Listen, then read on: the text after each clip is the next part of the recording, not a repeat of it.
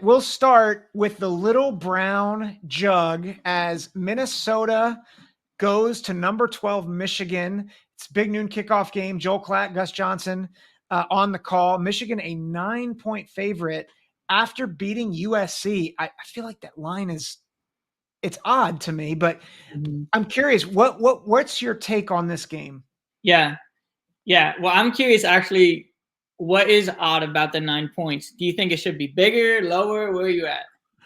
So you're forcing my hand. I like it. I saw Minnesota just get crushed by Caleb Johnson. Yeah. And they didn't throw the ball well, right? Cade McNamara, I think he's probably a little bit better thrower than Alex Orji, but it's not by much. Yeah, we'll see. And it's not just McNamara, it's the receivers. It's I think the offensive scheme is still a bit back in the 1950s. But Caleb Johnson and that offensive line for Iowa really, really pounded Minnesota's defense in a way that I don't think anyone expected.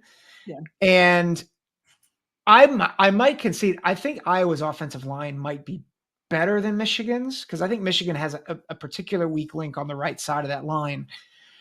But I know what they want to do. They want to smash. And I think with the adjustment to Alex Orji, I think they're really willing to just go, do that 32 straight run thing.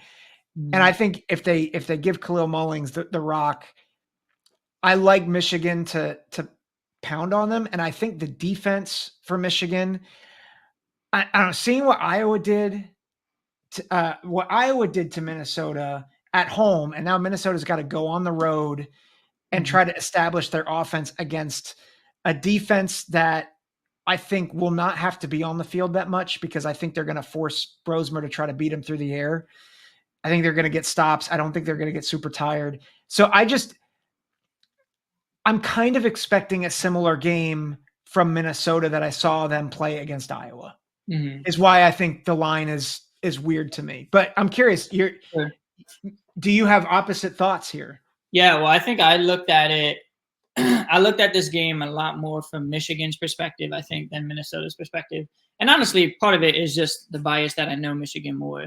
But I think, Josh Pate says you never always play the same team twice, right? So there's like a bunch of different variations of a way that a team can play. And sometimes you get their like A game and sometimes you get their C game.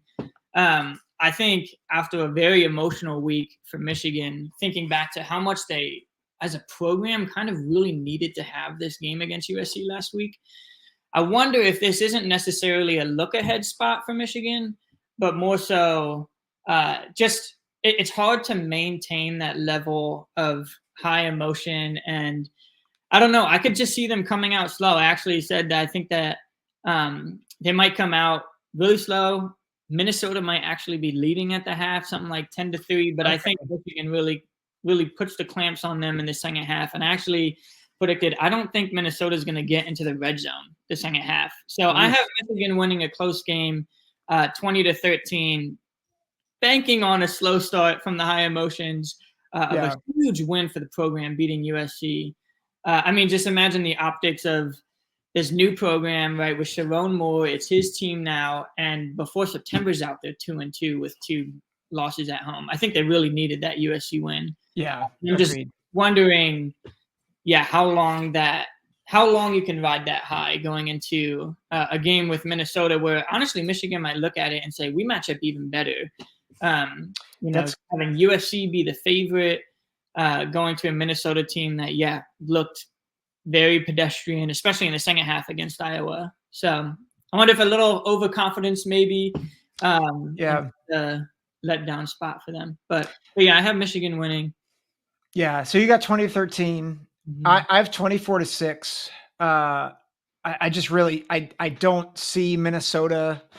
But I think to your point, Chris, I think you make a really good point about the letdown.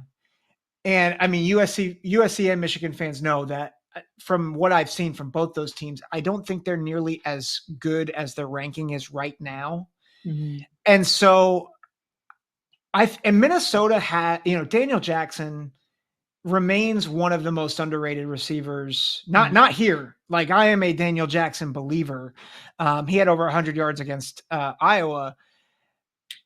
I think like he could get loose for a quick score. We don't know the status on Will Johnson. At least I don't think as of yet. This is Monday night. This is coming out on Thursday, so Will Johnson might play. We're not sure. If Will Johnson is out, that does change things a little bit. Yeah.